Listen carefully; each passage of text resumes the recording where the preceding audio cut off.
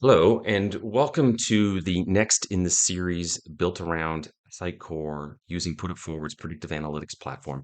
In this particular scenario, we're going to look at the next best offer for a customer. So consider something has changed where availability of a product or the time a customer needs something in or the conditions for making it available for them have shifted. And so you don't want to lose the customer, but you want to offer them another product, which is the next one, this one in the line.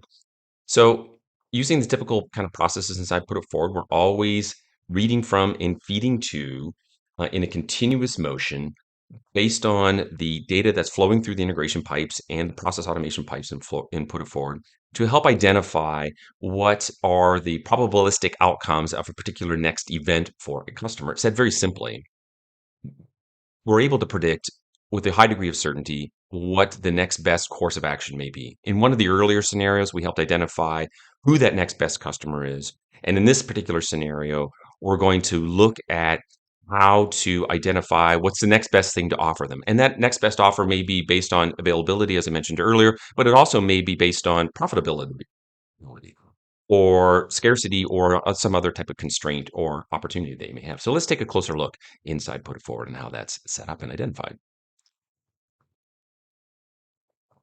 Okay, flipping over into Put It Forward, we're greeted with an analyst's front end that shows everything that's happening inside of kind of an environment. Now, a typical integration process or process management orchestration function using Sitecore looks like the following, and there's multiple different steps and multiple different systems involved.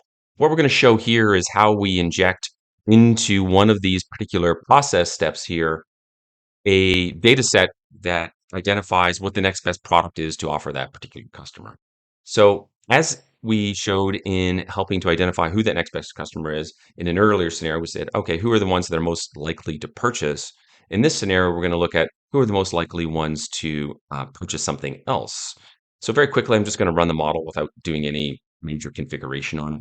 You can always configure the AI and what the inputs are by choosing available fields to factor into that consideration. You can choose a date range of data that you want to work with to help identify what that audience actually looks like. So very quickly, we went through a total of 27 million different records. We identified and worked with 2 million unique contacts with an accuracy score of 85%. Now, this strengthens over time depending on how many interactions you have with that.